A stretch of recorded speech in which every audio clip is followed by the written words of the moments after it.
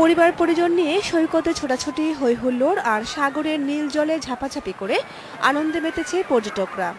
দেশি বিদেশি পর্যটকদের পদভারে মুখর সমুদ্র সৈকত। পূজার ছুটিতে দেশের বিভিন্ন প্রান্ত থেকে ছুটে এসেছে মানুষ।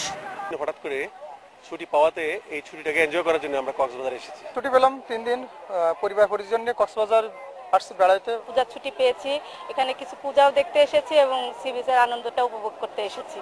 নগরীতে ছোট বড় 4.5 শতাধিক হোটেল, মোটেল ও গেস্ট হাউস এখন পরিপূর্ণ। গত বছরের তুলনায় এবার পর্যটকের সংখ্যা অনেক বেশি বলে জানালেন ব্যবসায়ীরা। এবারে দুর্গাপূজা উপলক্ষে আমাদের পর্যটকদের প্রচুর আগমন। আমাদের গতকালকেও আমরা প্রচুর গেস্ট ছিল এবং আমাদের হাউসফুল ছিল, আজকেও আছে এবং আগামীকাল এবং পরশু থাকার সম্ভাবনা আছে। এদিকে পর্যটকদের নিরাপত্তায় রয়েছে বিপুল সংখ্যক police. Kolatoli point, Sugandha point এবং লাভনি পয়েন্টে 24 ঘন্টায় পুলিশ মোতায়েন আছে। সাথে সাথে অন্য অন্য পয়েন্টগুলোতেও দিনের বেলা সকাল থেকে সন্ধ্যা পর্যন্ত ডিউটি করছে।